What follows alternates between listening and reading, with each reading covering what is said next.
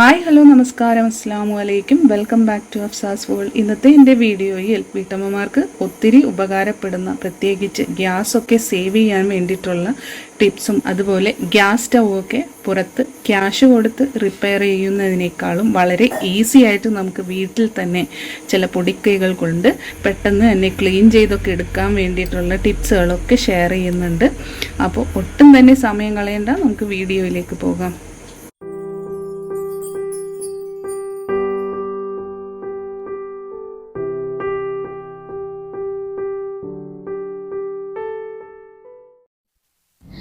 If you are watching our video for the first time, please subscribe our channel and hit the bell button to enable it. Like, comment and share. ഇന്നത്തെ വീഡിയോയിലെ എൻ്റെ ആദ്യത്തെ tip എന്ന് പറയുന്നത്, നമ്മൾ സാധാരണ അടുക്കളയിൽ ഉപയോഗിക്കുന്ന സ്റ്റീൽ പാത്രങ്ങളാവട്ടെ അലൂമിനിയം പാത്രങ്ങളാവട്ടെ നമ്മൾ പുതിയത് വാങ്ങുന്ന സമയത്ത് ഇതുപോലുള്ള സ്റ്റിക്കറുകൾ അതിലുണ്ടാകും.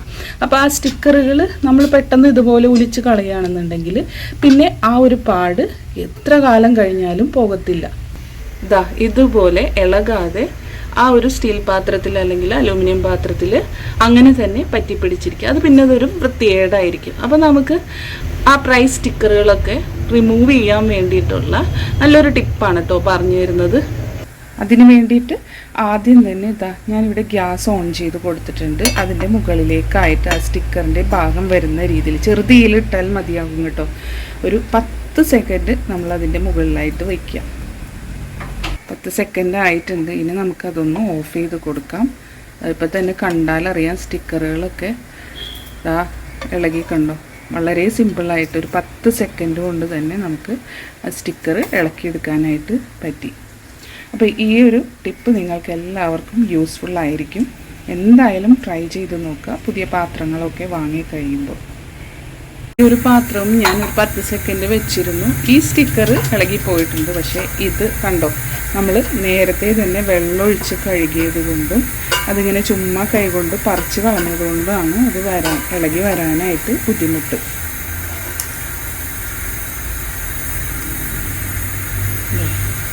അപ്പോൾ വെള്ളം ചേരുന്നതിന് മുമ്പ് തന്നെ നമ്മൾ ഈ പറയുന്ന ഈ ഒരു സൂത്രപ്പണി ചെയ്യുകയാണെന്നുണ്ടെങ്കിൽ ഇതുപോലെ ഒട്ടിപ്പിടിക്കാതെ നമുക്ക് റിമൂവ് ചെയ്തെടുക്കാനായിട്ട് പറ്റുന്നതാണ് കേട്ടോ. അടുത്തതായിട്ട് പറയുന്ന ടിപ്പ്, നമ്മൾ സാധാരണ വീടുകളിൽ ഉണ്ടാവുന്ന പഴങ്ങൾ, അത് വാഴക്കുലകൾ ഇതുപോലെ മൂത്ത് കഴിഞ്ഞാൽ അത് പഴുക്കാൻ വേണ്ടിയിട്ട് വെക്കാറുണ്ട്. അപ്പോൾ ചില സമയത്ത് എത്ര മൂത്ത കായകളാണെന്നുണ്ടെങ്കിലും പഴുത്ത് കിട്ടാനായിട്ട് ബുദ്ധിമുട്ടുണ്ടാവാറുണ്ട്. അപ്പോൾ അത് പെട്ടെന്ന് പഴുപ്പിച്ചെടുക്കാൻ, അതായത് ഇന്ന് വെച്ച് കഴിഞ്ഞാൽ നാളെ രാവിലെ പഴുത്ത് കിട്ടുന്നതിന് വേണ്ടിയിട്ടുള്ള ടിപ്പാണ് കേട്ടോ പറയുന്നത്. അതിന് വേണ്ടിയിട്ട് ആവശ്യമായിട്ടുള്ളത് ഒരു ടീസ്പൂൺ ജീരകമാണ്. ആ ജീരകം എടുത്തിട്ട് വാഴക്കുലയുടെ താഴെയുള്ള ഭാഗം ഉണ്ടല്ലോ, കട്ടിയുള്ള ആ തണ്ടിൻ്റെ ഭാഗം, ആ തണ്ടിൻ്റെ ഭാഗത്തായിട്ട് ഒരു ചെറിയ കട്ടുണ്ടാക്കുക. ഒരു കത്തി വെച്ചിട്ട് ഉണ്ടാക്കിയാൽ മതി. എന്നിട്ട് ഈ എടുത്ത ജീരകം അതിലേക്ക് വെക്കുക.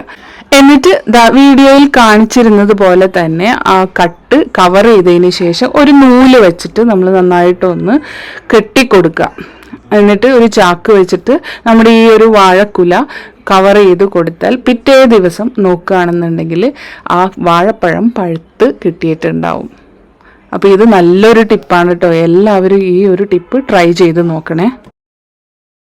നമ്മുടെ വീട്ടിൽ സാധാരണ യൂസ് ചെയ്യുന്നതായ ഇതുപോലുള്ള സ്റ്റീൽ അരിപ്പകളൊക്കെ സൈഡിൽ ഇതുപോലെ കറുത്ത പുള്ളികളൊക്കെ വന്ന് നന്നായിട്ട് കരടൊക്കെ പിടിച്ച് അഴുക്ക് കയറാറുണ്ട്. അപ്പോൾ ഇത് പെട്ടെന്ന് നമുക്ക് ഇല്ലാതാക്കാനായിട്ട് അല്ലെങ്കിൽ പെട്ടെന്ന് ക്ലീൻ ചെയ്തെടുക്കാനുള്ള ഒരു ഈസി മെത്തേഡാണ് കേട്ടോ പറയുന്നത്. എത്ര തന്നെ ഉരച്ച് കഴുകിയാലും അതിൽ ആ ഒരു കരടുകളൊക്കെ പോകാതെ കറുത്തിരിക്കുന്നത് കാണാം. അപ്പോൾ അത് കളയാൻ വേണ്ടിയിട്ട് ചെയ്യുന്ന ഒരു ട്രിക്കാണ് ഇതുപോലെ ഗ്യാസ് സ്റ്റൗവിൽ ബർണർ കത്തിച്ചതിന് ശേഷം അതിൻ്റെ മുകളിലായിട്ട് നമുക്കിതുപോലെ ഈ സ്റ്റീൽ അരിപ്പകൾ മാത്രമേ ഇതുപോലെ ചെയ്യാൻ പറ്റത്തുള്ളൂ കേട്ടോ. അതിലുള്ള അഴുക്കുകളൊക്കെ ഒന്ന് ചൂടാക്കി എടുക്കുമ്പോൾ അതിൻ്റെ സൈഡിലുള്ള കറുത്ത ആ ഒരു കരടുകളൊക്കെ അത് എന്താണ് സംഭവിക്കുന്നതെന്ന് വെച്ചിട്ടുണ്ടെങ്കിൽ ആ ഒരു അരിപ്പയുടെ ആ ഒരു ഹോൾസൊക്കെ നമ്മൾ ചൂടാക്കുമ്പോൾ അത് വികസിക്കുകയും ആ ഒരു അഴുക്കുകളൊക്കെ ഇതിൽ നിന്ന് പോവുകയും ചെയ്യും. അപ്പോൾ ഇതൊന്ന് ചൂടാക്കിയതിന് ശേഷം ഒന്ന് തട്ടി കൊടുത്തിട്ടുണ്ടെങ്കിൽ അതെല്ലാം ഇളകി കിട്ടുന്നതാണ്. ചൂടാക്കിയ അരിപ്പ ഇതുപോലെ ഒന്ന് തട്ടി കൊടുത്തിട്ടുണ്ടെങ്കിൽ അതിൽ പറ്റി പിടിച്ചിരിക്കുന്ന അഴുക്കുകളൊക്കെ നമുക്ക് കണ്ടോ ഇതുപോലെ നമുക്ക് കളഞ്ഞെടുക്കാനായിട്ട് പറ്റുന്നതാണ്. അപ്പോൾ ഇതിങ്ങനെ കുറേശ്ശെയായിട്ട് നമ്മളിത് ചെയ്ത് കഴിഞ്ഞാൽ ആ അരിപ്പയിലുള്ള അഴുക്കുകളെല്ലാം പോവുകയും പിന്നെ നമുക്കൊരു സ്ക്രബ്ബർ വെച്ചിട്ട് ഒന്ന് ക്ലീൻ ചെയ്ത് കൊടുത്താൽ നല്ലപോലെ ക്ലീനായിട്ട് കിട്ടുകയും ചെയ്യും. പുതിയതുപോലെ നമുക്ക് അരിപ്പ ഉപയോഗിക്കാനും പറ്റും. ഉപയോഗിക്കുന്ന ഗ്യാസ് സ്റ്റവിൻ്റെ ആ ബർണറിൻ്റെ മുകളിൽ വെക്കുന്ന ഈ ഒരു സ്റ്റാൻഡിൻ്റെ ഈ ഒരു അറ്റത്ത് എപ്പോഴും തുരുമ്പൊക്കെ വന്ന് ദ്രവിച്ചു പോവാറുണ്ട്. അപ്പോൾ അങ്ങനെ വരാതിരിക്കാൻ വേണ്ടിയിട്ട് നമ്മൾ ഉപയോഗിക്കുന്ന ഒരു സാധനമാണ് വാസലിൻ കുറച്ച് ഇതുപോലെ ഒന്ന് ഈ അറ്റത്തായിട്ടും അല്ലെങ്കിൽ ഈ ഒരു സ്റ്റാൻഡിൻ്റെ എല്ലാ ഭാഗത്തും തേച്ച് കൊടുക്കുകയാണെന്നുണ്ടെങ്കിൽ തുരുമ്പൊന്നും വരാതെ നമുക്ക് ഒരുപാട് നാൾ ഇത് യൂസ് ചെയ്യാനായിട്ട് പറ്റുന്നതാണ്. അപ്പോൾ ഈ ഒരു ടിപ്പ് നിങ്ങളെല്ലാവരും ഒന്ന് ചെയ്തു നോക്കുക. അതുപോലെ തന്നെ ഗ്യാസ് സ്റ്റൗവൊക്കെ ക്ലീൻ ചെയ്യുന്ന സമയത്ത് ഒരു 2 തുള്ളി വാസലിൻ ഇതുപോലെ നമ്മൾ തേച്ച് കൊടുത്തതിന് ശേഷം നമ്മൾ നല്ലൊരു തുണി വെച്ചിട്ടോ അല്ലെങ്കിൽ ടിഷ്യൂ പേപ്പർ വെച്ചിട്ടോ ഒന്ന് നന്നായിട്ട് തുടച്ചു കൊടുക്കുകയാണെന്നുണ്ടെങ്കിൽ നല്ല രീതിയിൽ തന്നെ നമുക്ക് ക്ലീൻ ചെയ്തെടുക്കാനായിട്ട് സാധിക്കുന്നതാണ്. ഇനി അതുപോലെ തന്നെ ഗ്യാസിൻ്റെ നോബ് ക്ലീൻ ചെയ്യാനായാലും ഞാനിവിടെ വാസലിൻ കുറച്ച് ഒരു ബഡ്സ് എടുത്തിട്ട് അതിലേക്ക് ഞാൻ എടുക്കുന്നുണ്ട് കേട്ടോ. ഇനി നമുക്ക് അത് ആ നോബിൻ്റെയൊക്കെ ഇടയിൽ ഒന്ന് തേച്ച് കൊടുക്കുകയാണെന്നുണ്ടെങ്കിൽ അതിൽ നിന്നുള്ള അഴുക്കുകളൊക്കെ നമുക്ക് ക്ലീൻ ചെയ്ത് കളയാനായിട്ട് പറ്റുന്നതാണ്. ഇടയ്ക്കൊക്കെയെങ്കിലും ഇതുപോലെ ഒന്ന് ക്ലീൻ ചെയ്ത് കൊടുക്കുകയാണെന്നുണ്ടെങ്കിൽ ഈ ഗ്യാസിൻ്റെ നോബ് സ്റ്റക്കാവാതെ ചില നേരത്ത് ഭയങ്കര ടൈറ്റായിട്ട് നമുക്ക് ഓണാക്കാനും ഓഫാക്കാനും ഒക്കെ വളരെയധികം ബുദ്ധിമുട്ട് അനുഭവപ്പെടാറുണ്ട്. അപ്പോൾ ഇതുപോലെ ക്ലീൻ ചെയ്ത് കൊടുക്കുകയാണെന്നുണ്ടെങ്കിൽ എപ്പോഴും നോബ് സ്മൂത്തായിട്ട് തന്നെ നമുക്ക് ഈ രീതിയിൽ നമുക്ക് ഈ അഴുക്കൊക്കെ ഒന്ന് ക്ലീൻ ചെയ്തെടുക്കുകയാണെങ്കിൽ കണ്ടോ നല്ല രീതിയിൽ തന്നെ നമുക്ക് നോബ് ഓണാക്കാനും ഓഫാക്കാനും പറ്റുന്നതാണ്. ക്ലീൻ ചെയ്തെടുത്തതിന് ശേഷം നല്ലൊരു കോട്ടൺ ഉപയോഗിച്ചിട്ട് ഒന്നുകൂടി വാസലിൻ തേച്ചിട്ട് നന്നായിട്ട് തന്നെ ക്ലീൻ ചെയ്ത് എടുക്കാവുന്നതാണ്.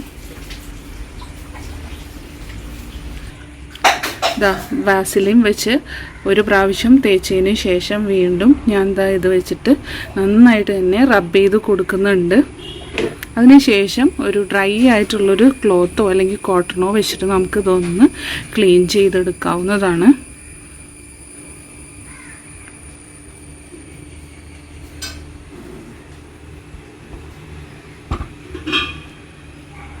അപ്പോൾ നല്ല രീതിയിൽ തന്നെ ഗ്ലാസ് നന്നായിട്ട് ക്ലീനായി കിട്ടിയിട്ടുണ്ട്. അപ്പോൾ വാസലിൻ ഉപയോഗിച്ചിട്ട് അതും വെറും 2 3 തുള്ളി മാത്രം മതിയാകും നമുക്ക് ഇതൊന്ന് ക്ലീൻ ചെയ്തെടുക്കാനായിട്ട്. നോബും അതുപോലെ തന്നെ ഞാൻ വൃത്തിയാക്കി തന്നെ എടുത്തിട്ടുണ്ട്.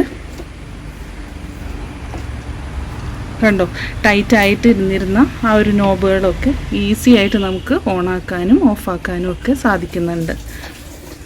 അപ്പോൾ വാസലിൻ വെച്ചിട്ട് ഇടയ്ക്കൊക്കെ ഇതുപോലെ ചെയ്യുകയാണെന്നുണ്ടെങ്കിൽ ബുദ്ധിമുട്ടൊന്നും ഇല്ലാതെ തന്നെ നമുക്ക് ഒരുപാട് നാൾ ഗ്യാസ് സ്റ്റവ് റിപ്പയർ ഒന്നും ചെയ്യാതെ തന്നെ നമുക്ക് ഉപയോഗിക്കാനായിട്ട് കഴിയും.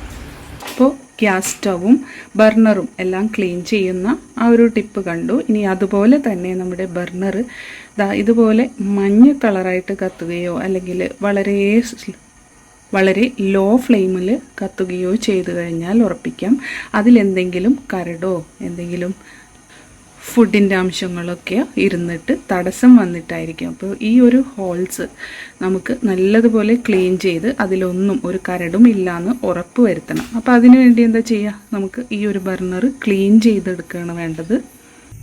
അപ്പോൾ അത് ക്ലീൻ ചെയ്യാൻ വേണ്ടിയിട്ട് ഞാനിവിടെ എടുത്തിട്ടുള്ളത് ലിക്വിഡ് സോപ്പ്. അത് കുറച്ച് വെള്ളം ഒഴിച്ചിട്ട് തന്നെയാണ് കേട്ടോ എടുത്തിരിക്കുന്നത്. അതിലേക്ക് നമുക്ക് നാരങ്ങയുടെ തൊണ്ടുണ്ടല്ലോ ആ തൊണ്ട് നമുക്ക് മുക്കി വയ്ക്കാം. തൊണ്ട് നന്നായിട്ട് അത് കുതിർത്തി എടുത്തതിന് ശേഷം ഈ ഒരു തൊണ്ട് വെച്ചിട്ടാണ് നമ്മൾ ബർണർ ഉരച്ച് കഴുകി ക്ലീൻ ചെയ്തെടുക്കുന്നത്. പല രീതിയിൽ നമുക്ക് ബർണർ ക്ലീൻ ചെയ്യാം. അപ്പോൾ ഞാനിവിടെ ചെയ്യുന്നത് നാരങ്ങ വെച്ചിട്ട് നാരങ്ങയുടെ തൊണ്ട് മുഴുവൻ പിഴിയാത്ത തൊണ്ടുകളൊക്കെ ഉണ്ടാവുമല്ലോ അപ്പോൾ അത് വെച്ചിട്ടാണ് തേച്ചൊരച്ച് കഴുകുന്നത്. ആദ്യം ഈ വെള്ളത്തിലേക്കൊന്ന് മുക്കി വയ്ക്കുക. കുറച്ച് കഴിഞ്ഞിട്ട് വേണം തേച്ചൊരച്ച് കഴുകാനായിട്ട്.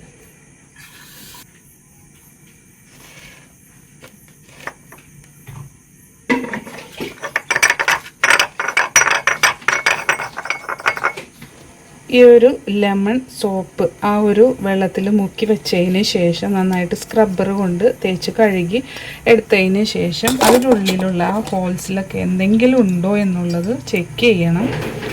കണ്ടോ, ഈ ഹോൾസിലൊക്കെ എന്തെങ്കിലും ഇരുന്ന് കഴിഞ്ഞാൽ തന്നെ അതിലൂടെ ആ ഒരു ഗ്യാസ് വരാതിരിക്കുകയും അവിടെ മഞ്ഞ കളറായിട്ട് കത്തുകയും ചെയ്യും. അങ്ങനെയും നമുക്ക് ഗ്യാസ് നഷ്ടപ്പെടാനായിട്ട് ചാൻസ് കൂടുതലാണ്. അപ്പോൾ ഇതുപോലെ ബർണറുകൾ ഇടയ്ക്കെടുത്ത് ഇതുപോലുള്ള സോപ്പ് അല്ലെങ്കിൽ നാരങ്ങ ലായനിയിലൊക്കെ ഇട്ടിട്ട് നന്നായിട്ടൊന്ന് തേച്ച് കഴുകി എടുത്താൽ അത് നന്നായിരിക്കും.